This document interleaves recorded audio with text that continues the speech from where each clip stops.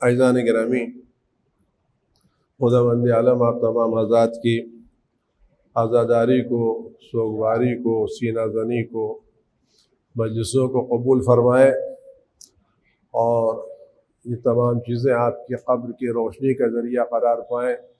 आखिरत में अहले बैत अलैहिमुस्सलाम व ख़ास के जनाब सय्यदुल शुहदा इमाम हुसैन अलैहिस्सलाम की शफ़ाअत आप सबको नसीब हो और जब तक ज़िंदा रहें इस दर से हमेशा वाबस्ता रहें और एक लम्हे के लिए इस दर से खुदावंद आलम हमारे उनके दरमियान जुदाई करार मत दे।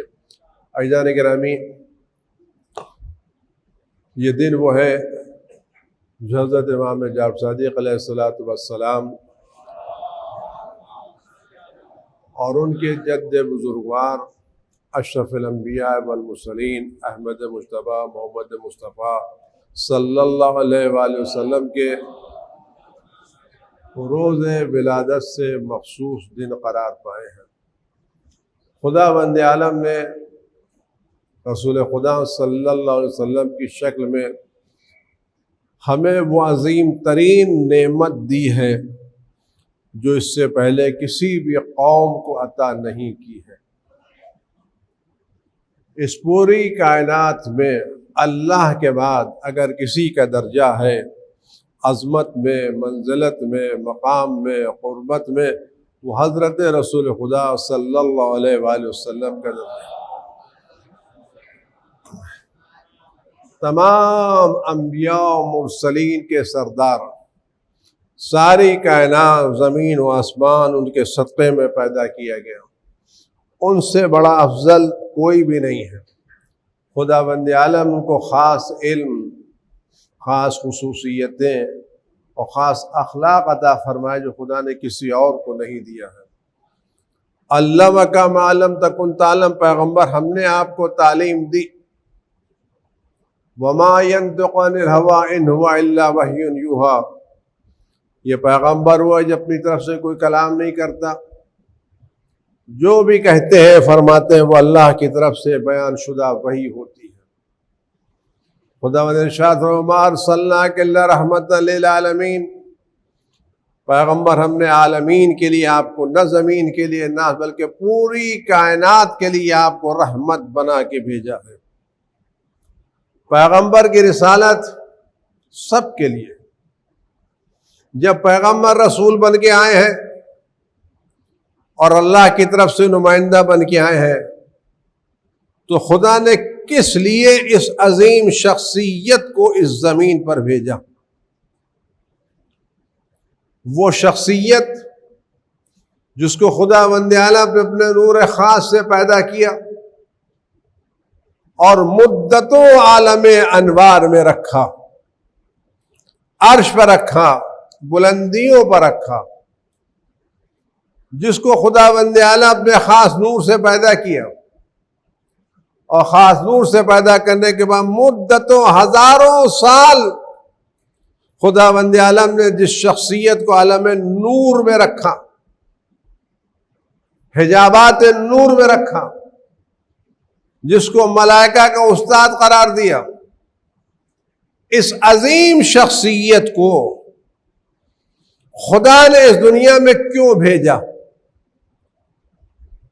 किस लिए भेजा? अगर यह बात वाज़ेह हो जाए कि पैगंबर को खुदा ने किस लिए भेजा है, तो यह बात भी वाज़ेह हो जाए कि खुदा की नजर में सबसे बड़ा मकसद क्या है। इतनी अजीम शख्सियत आए किस लिए आए? दो दो चार का कलमा पहाड़ा पढ़ाने के लिए? खुदा ने अजीम तरीन शख्सियत को किस लिए भेजा है? अगर आज ये बात वाज़ेह हो जाए किसी हद तक, तो आया हम उस रास्ते पर चल रहे हैं जो रास्ता रसूल खुदा का था, यह हम उस रास्ते से अलग हो गए हैं? आप जरा गौर करें, पैगंबर किस माहौल में आए? उस माहौल में आए जिसमें इंसानियत, अखलाक, अमल, किरदार, रहमदिली नाम की कोई चीज नहीं थी। देखने में इंसान लगते थे, खुसूसियतों में, आदतों में जानवरों से बदतर थे। नंगे घूमते थे, खाना काबा का नंगे तवाफ करते थे, एक दूसरे का माल लूट लेते थे, एक दूसरे पर हमला करते थे, जिहालत अपने उरूज पर थी, शराबखारी अपने उरूज पर थी, लड़कियां जिंदा दफन की जा रही थी, अखलाक और किरदार नाम का कोई चीज वहां पर पाई नहीं जाती थी। कोई बाकिरदार औरत होना कोई अच्छी चीज नहीं थी। ऐसे गंदे माहौल में, गिरे हुए माहौल में, पस माहौल में पैगंबर ने काम शुरू कहां से किया? और 23 साल की मुद्दत में इस पस्तरीन उम्मत को, इन बदअखलाक लोगों को किस बुलंदी पर पहुंचाया?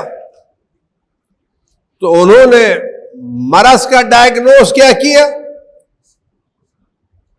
और उसकी दवा क्या दी? अगर ये बात मैं आप तक पहुंचा ले जाऊं तो मेरी शहादत होगी।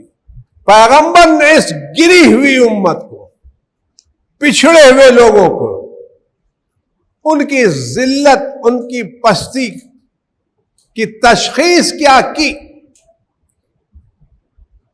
और दवा क्या दी? अगर आज हमें, जब तक हम किसी मरीज का मरज सही तौर से मालूम न कर पाए और उसकी सही दवा न दें, उस वक्त तक मरीज को शिफा नहीं मिलेगी। मरीज को शिफा उसी वक्त मिलेगी जब हम मरज की सही तशखीस करें। डायग्नोस हमारा सही होना चाहिए और दवा भी हमारी सही होना चाहिए। मरीज को तकलीफ है गुर्दे की, हम इलाज कर रहे हैं कमर का। दर्द हो रहा है सर में, मरहम लगा रहे हैं पैरों में और कहते हैं कोई फायदा नहीं होता। हमने मरज समझा ही नहीं है।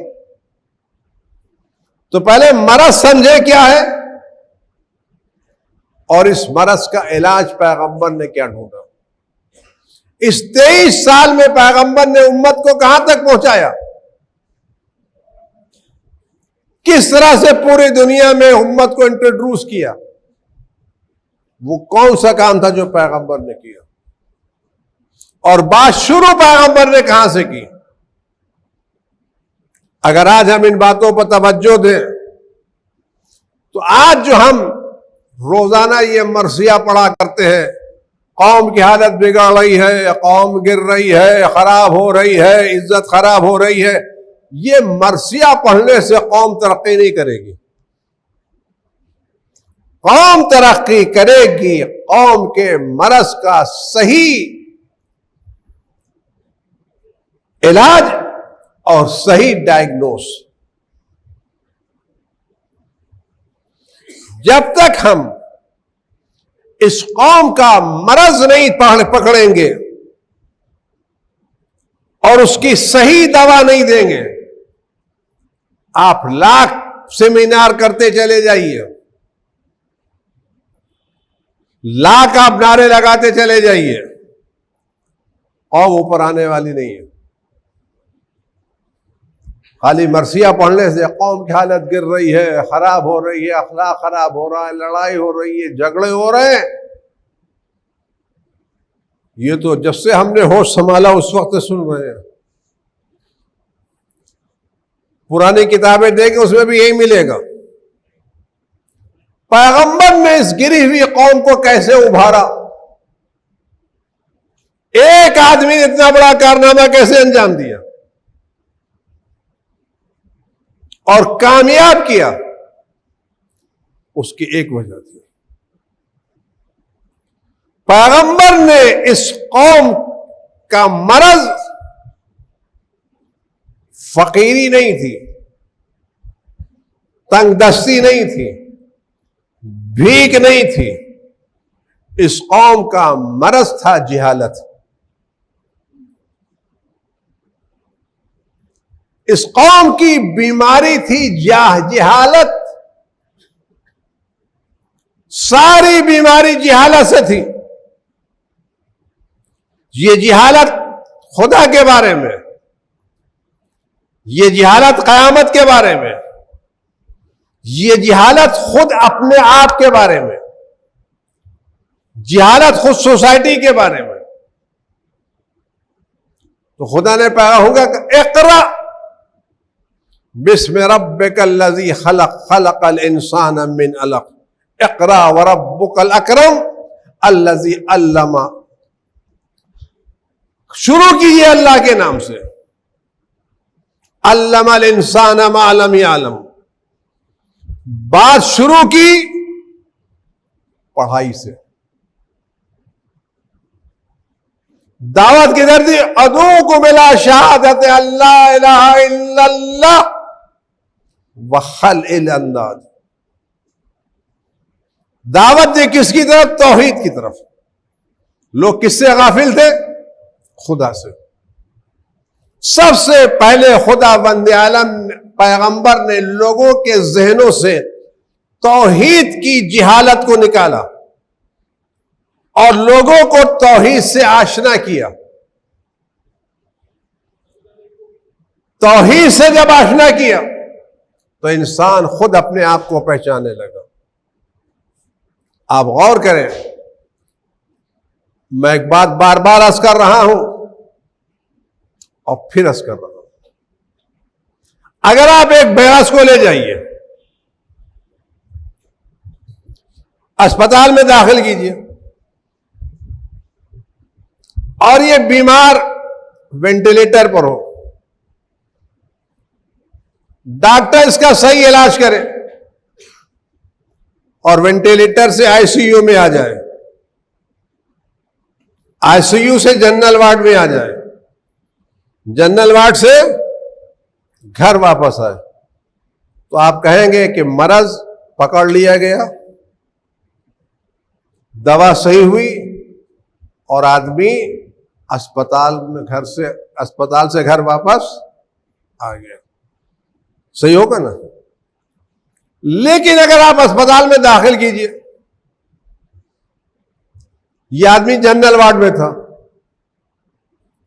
जनरल वार्ड से आईसीयू में चला जाए, आईसीयू से वेंटिलेटर पर चला जाए, तो नतीजा क्या निकलेगा? हमने डायग्नोज सही नहीं की और दवा हमने सही नहीं दी, ये नतीजा निकलेगा ना। अगर वेंटिलेटर से आईसीयू में आए, आईसीयू से जनरल वार्ड में आए, जनरल वार्ड से डिस्चार्ज होकर के घर में आए, तो मर्ज पकड़ लिया गया, दवा दाई गई, इंसान सही हो गया। लेकिन अगर जनरल वार्ड से आईसीयू में जाए, आईसीयू से वेंटिलेटर पर जाए, तो हमारा इलाज सही है या गलत है?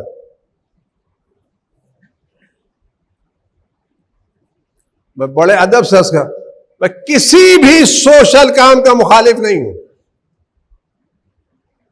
तमाम सोशल काम अपनी जगह पर अज्र रखते हैं, खुदा सबको अज्र देगा। मेरा सिर्फ एक सवाल यह है, अगर इस कौम का इलाज, इस कौम की बीमारी फकीरी है और इससे दूर हो सकती है, तो मेरा सवाल सिर्फ यह है, कल अगर आप 500 फकीरों को खाना दे रहे थे, बंबई में 500 फैमिली को आप राशन पहुंचा रहे थे, आज 5 साल में ये घट करके 400 हुए या घट करके 800 हुए?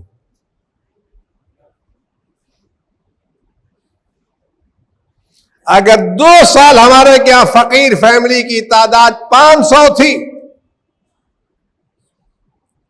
ये 5 साल राशन देने के बाद अगर घट के 400 हो गई, तो उसका मतलब है हमने मर्ज पकड़ लिया है, काम बढ़ गया है। लेकिन अगर 500 बढ़ करके 700 हो गए हैं, 700 बढ़ के 1000 हो गए हैं, इसका मतलब है हमारा तशखीस सही नहीं है, हमारा डायग्नोस सही नहीं है। क्योंकि अगर राशन से कौम की हालत हो तो कम होना चाहिए ना भाई। 500 को 400, 400 को 300, 300 को 100, लेकिन आप जहां भी जाके कि हम 200 बांटते थे, अब 800 बांट रहे हैं, 800 बांटते थे 1200 बांट रहे हैं, तो हम फकीरों को बढ़ा रहे हैं, फकीरों को घटा नहीं रहे हैं। मैं किसी में मुखालिफ नहीं, आप बांटिए, दिल खोल के बांटिए, लेकिन इससे फकीरों की तादाद बढ़ रही है, भीख मांगने वालों की तादाद बढ़ रही है।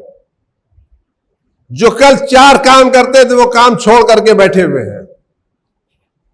पैगंबर ने राशन नहीं बांटा, पैगंबर ने गल्ला नहीं बांटा, पैगंबर ने इल्म बांटा, तालीम बांटी, लोगों को सिखाया, तालीम सिखाई।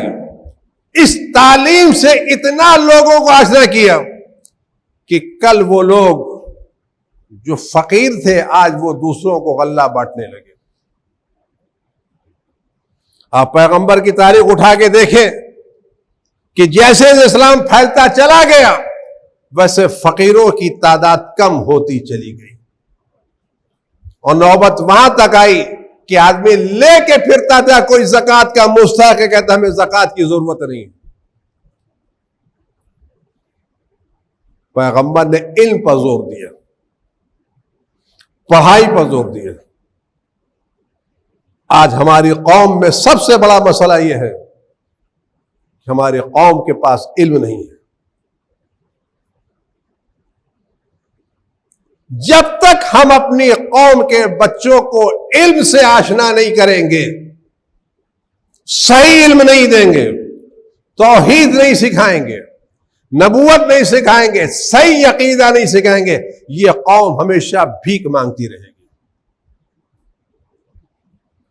अगर आज हम उसको ये सिखा दे तुम खुदा रखते हो और खुदा देख रहा है, तो जो खुदा पर यकीन रखने वाला है वो एक घर से 2 आधार कार्ड पर अलग अलग राशन नहीं लेगा।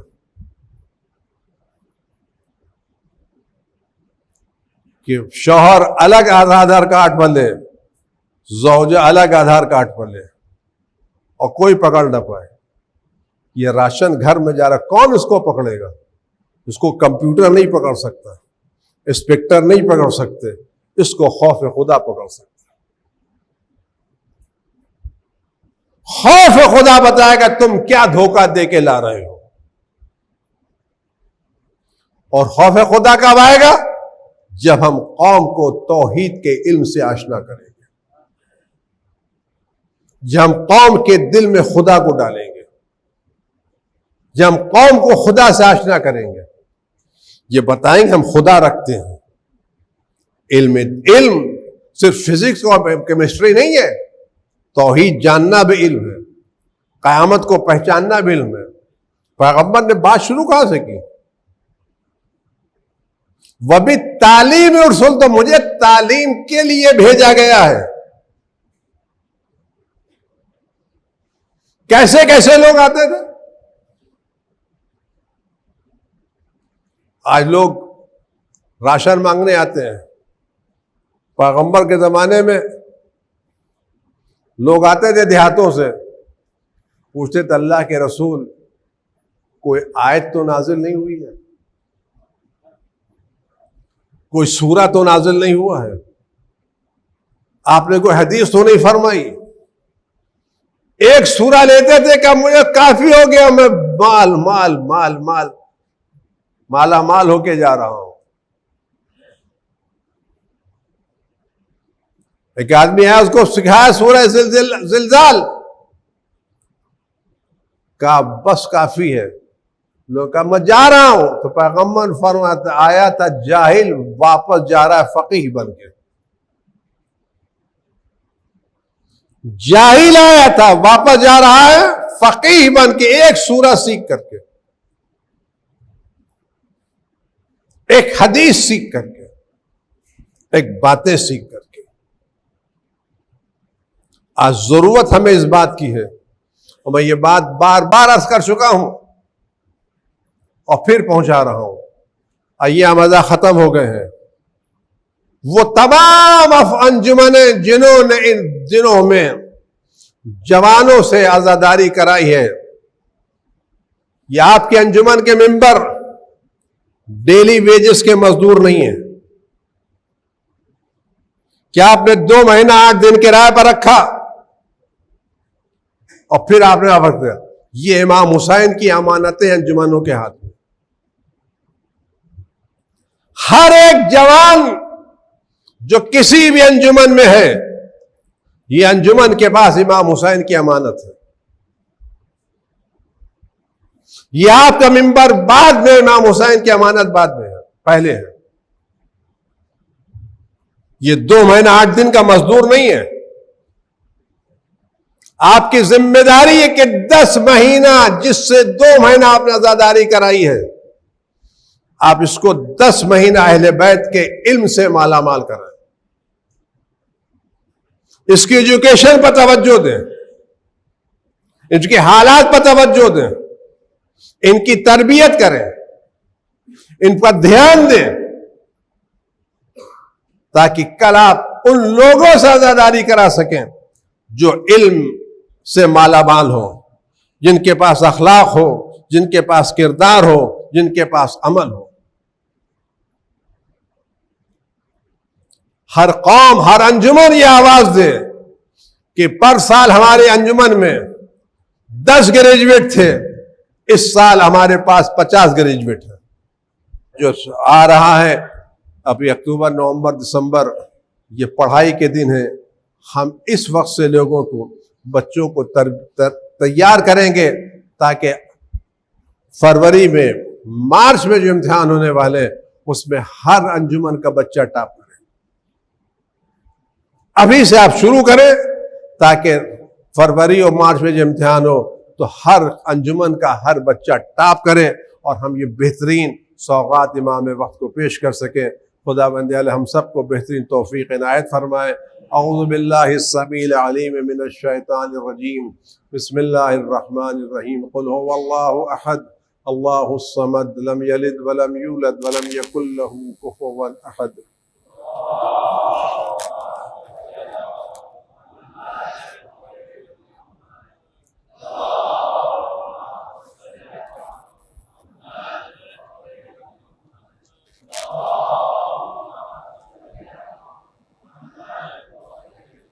औज़ु बिल्लाहिस समील अलीम मिनश शैतानिर रजीम। बिस्मिल्लाहिर रहमानिर रहीम। अल्हम्दुलिल्लाहि रब्बिल आलमीन वस्सलातु वस्सलामु अला अशरफिल अंबिया वल मुरसलीन हबीब इलाहिल आलमीन सय्यदना व नबियना बिल क़ासिम मुहम्मद।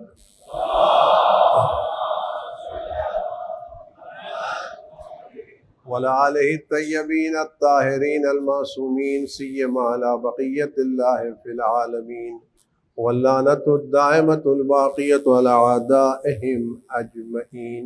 एक बात सुन लें, ज़वाल 12:22 पर हो रहा है और जुमे का खुतबा 40 मिनट से ज़्यादा तक नहीं हो सकता। आप हज़रात इस एतबार सही है नहीं कि 1:20 पर, 1:20 का भी होता था। अब आपको 1 पर नमाज शुरू हो जाएगी, फिर यह न कहिए कि नमाज जल्दी ख़त्म हो गई। आप खुद देर से आएंगे, जिम्मेदार आप हैं। औज़ु बिल्लाहि मिनश शैतानिर रजीम। बिस्मिल्लाहिर रहमानिर रहीम। इन्नल्लाहा व मलाइकतहु युसल्लूना अलन नबी या अय्युहल्लज़ीना आमनू सल्लु अलैहि व सल्लिमू तस्लीमा।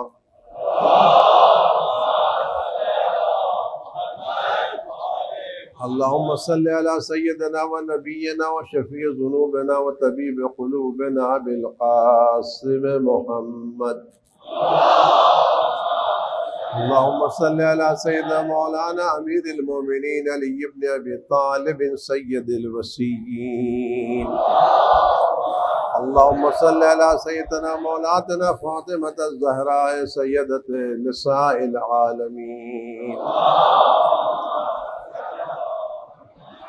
अस्सलातु वस्सलामु अलल हसन वल हुसैन सय्यद शबाब अहलिल जन्नत व इमामिल मुस्लिमीन। अल्लाहुम्मा सल्लि अला अली इब्न हुसैन ज़ैनिल आबिदीन व मुहम्मद इब्न अली अल बाक़िर व जाफ़र इब्न मुहम्मद अस्सादिक़ अइम्मतिल मुस्लिमीन। अल्लाहुम्मा सल्लि अला मूसा इब्न जाफ़र अल काज़िम व अली इब्न मूसा रज़ा व मुहम्मद इब्न अली अत्तक़ील जवाद अइम्मतिल मुस्लिमीन। अल्लाहुम्मा सल्लि अला अली इब्न मुहम्मद अल हादी अन नक़ी वल हसन इब्न अली अज़्ज़की अल अस्करी इमामल मुस्लिमीन। अल्लाहुम्मा सल्लि अला सय्यिदना मौलाना साहिबिल हैबतिल अस्करिय्या व ग़ैबतिल इलाहिय्या हुज्जत इब्निल हसन अल क़ाइमिल मुंतज़रिल महदी। सल्लि अला मुहम्मद व आले मुहम्मद। अल्लाहुम्मा सल्लि अला मुहम्मद व आले मुहम्मद। अल्लाहुम्मा सल्लि अला मुहम्मद व आले मुहम्मद। परवरदिगार इमाम के ज़ूर में ताजील फरमा, हराफत बला समान इमाम की हिफाजत फरमा, हर तरह के रंज व गम व अलम को उनके वजूद मुक़द्दस से दूर फरमा। परवरदिगार उनकी मर्ज़ी के मुताबिक हम अमल करने की तौफ़ीक़ात इनायत फरमा। परवरदिगार इस बला को तमाम दुनिया से, ख़ास अहले बैत के चाहने वालों से दूर फरमा। जो बीमार उनको शिफाए कामिल आजिल इनायत फरमा। परवरदिगार हमें कौम की तरक्की के लिए बेहतरीन और मुअस्सिर कदम उठाने की तौफ़ीक़ात इनायत फरमा। क़ल्ब मुक़द्दस इमाम ज़मान हमसे राज़ी व खुशनूद फरमा। औज़ु बिल्लाहि समील अलीम मिनश शैतानिर रजीम। बिस्मिल्लाहिर रहमानिर रहीम। वल अस्र इन्नल इंसान लफी खुस्र इल्लल्लज़ीना आमनू व अमिलुस्सालिहात व तवासौ बिल हक़्क़ि व तवासौ बिस्सब्र।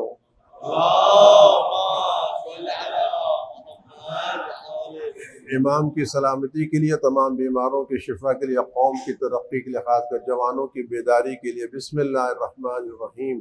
अम्मन युजीबुल मुस्तर्रा इज़ा दआहु यक्शिफुस्सू अम्मन युजीबुल मुस्तर्रा इज़ा दआहु यक्शिफुस्सू अम्मन युजीबुल मुस्तर्रा इज़ा दआहु यक्शिफुस्सू अम्मन युजीबुल मुस्तर्रा इज़ा दआहु यक्शिफुस्सू अम्मन युजीबुल मुस्तर्रा इज़ा दआहु यक्शिफुस्सू।